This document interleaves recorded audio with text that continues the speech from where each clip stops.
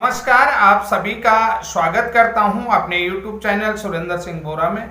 साथियों, जैसा कि आप सभी लोगों को मालूम था, आज NIOS DLED की माननीय सर्वोच्च न्यायालय में जस्टिस गवई की बेंच में स्पेशल बेंच के द्वारा सुनवाई होने वाली थी।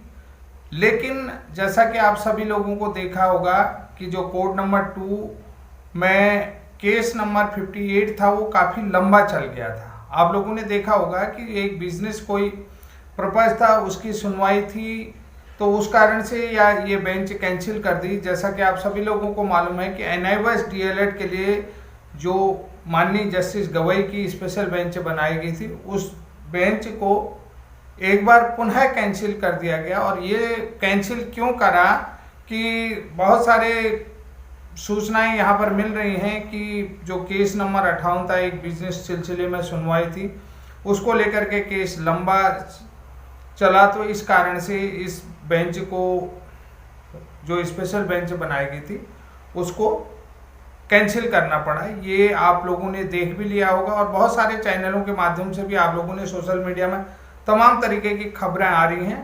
तो यहाँ पर सबसे बड़ी चीज़ है कि मैं आप सभी NIOS DLED साथियों से निवेदन करना चाहता हूं कि आप लोग धैर्य बनाए रखें कि ये संविधान व्यवस्था है। संविधान में बहुत सारी चीज़ें हो सकती हैं और बहुत कुछ देखने को भी मिलता है। जैसा कि आप सभी लोगों ने देखा होगा, रिटायर्ड होते ही चीफ जस्टिस ने स्वीकारा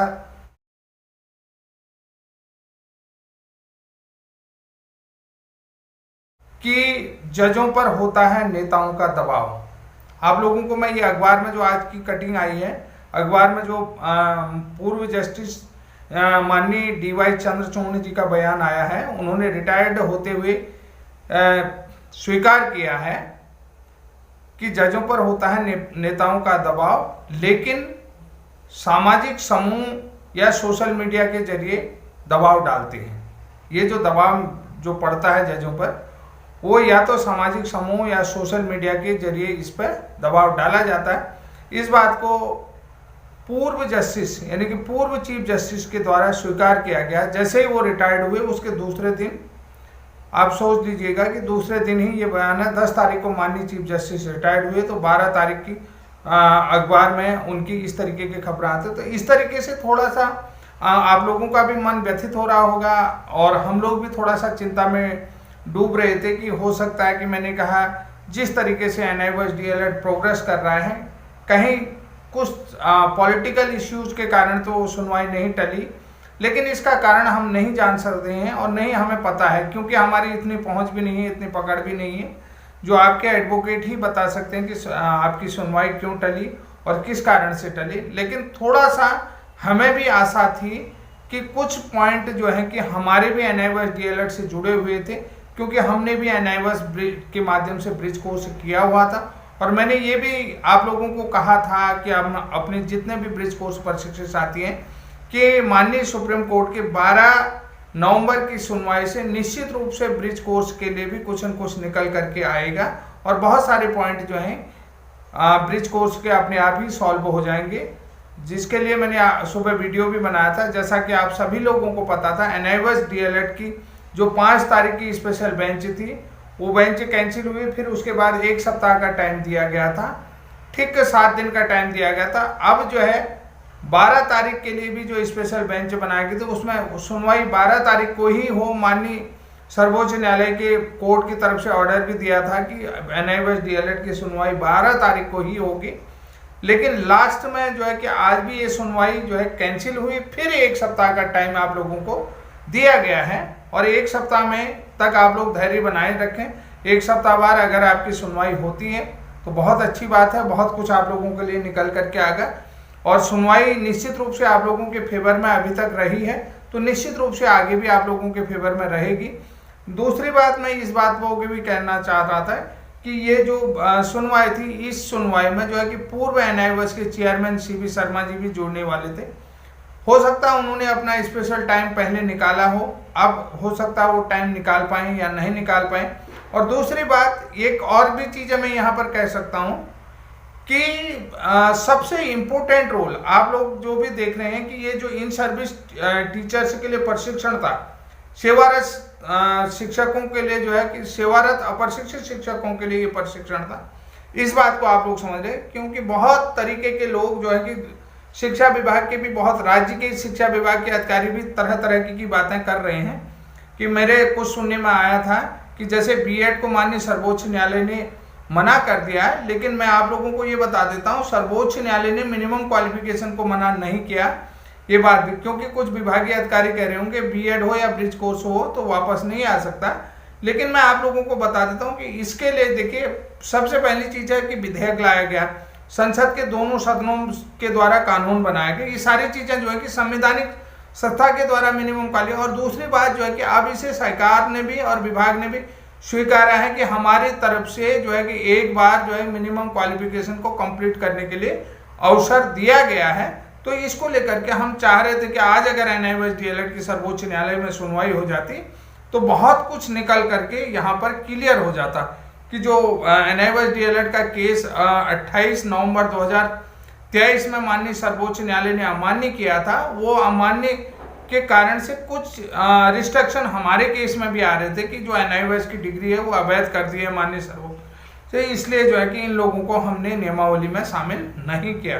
अगर आज ये केस एक्सेप्ट हो जाता तो हमारा ये जो ऑब्स्टिकल था, जो भी बाधा थी, वो बाधा एकदम से क्लियर हो जाती, वो ऑब्स्टिकल साफ हो जाता, वो बाधा क्लियर हो जाती। तो साथियों, अब मैं आप लोगों से निवेदन करना चाहूँगा कि जितने भी हमारे एनआईओएस के प्रशिक्षित साथी हैं वो धैर्य के साथ काम करें, क्योंकि आपकी एक लीगल जो टीम है, जो विधि की टीम है, वो लगातार कार्य करे और आपके एडवोकेट मनदीप कालरा जी भी लगातार आप लोगों के साथ संतुलन बनाए हुए, और ऐसा संतुलन कि वो अपने जो क्लाइंट हैं, अपने पिटिशनर की मनोदशा को समझते हुए तुरंत कोई न कोई एक्शन उसमें केस पर अपडेट लेते रहते हैं। जैसे पिछली बार 5 नवंबर को सुनवाई कैंसिल हुई तो उन्होंने जो है केस से ऑर्डर ले लिया कि ये केस 12 तारीख को सुनवाई जाएगा, कि यहाँ पर इस बेंच को कैंसिल नहीं किया जाए। जो date computer generate date show हो रही है केस लिस्टिंग में, तो उसी लिस्टिंग डेट पर ही सुना जाए। ये ऑर्डर भी आप लोगों ने देखा होगा, क्योंकि उसके बाद देखिए आज 12 तारीख को ये केस लिस्टेड था और उसमें कोर्ट की तरफ से ऑर्डर भी दिया गया था कि भाई 12 तारीख को ही ये केस सुना जाएगा।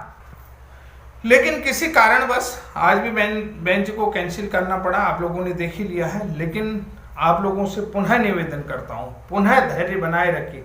देखिए, निश्चित रूप से आपके लिए अच्छा होगा, लेकिन थोड़ा सा मेरे मन में भी आज कुछ डर इसलिए पड़ा कि भाई बहुत सारे जो एनसीटी के प्रशासनिक अधिकारी हैं, एनसीटी के अधिकारी हैं, उनके भी अपने प्राइवेट कॉलेज हैं, कहीं इस तरीके से कि क्योंकि एनसीटी ही इम्पोर्टेंट रोल निभाती है इस केस में और एनसीटी ही टाल मटोली कर रही है। ये एक थोड़ा सा देखना पड़ेगा कि भाई एनसीटी के अपने जो भी एनसीटी के पदाधिकारी हैं, एनसीटी के पूर्व एडमिनिस्ट्रेटिव अधिकारी हैं, ऑफिसर्स हैं, एडमिनिस्ट्रेटिव ऑफिसर्स हैं, उन लोगों के भी अपने कॉलेज हैं, बहुत सारे लोगों के कॉलेज हैं, कि कहीं जो प्राइवेट कॉलेज हैं इस कारण से भी कुछ एनसीटी टाला मटोली ना करे।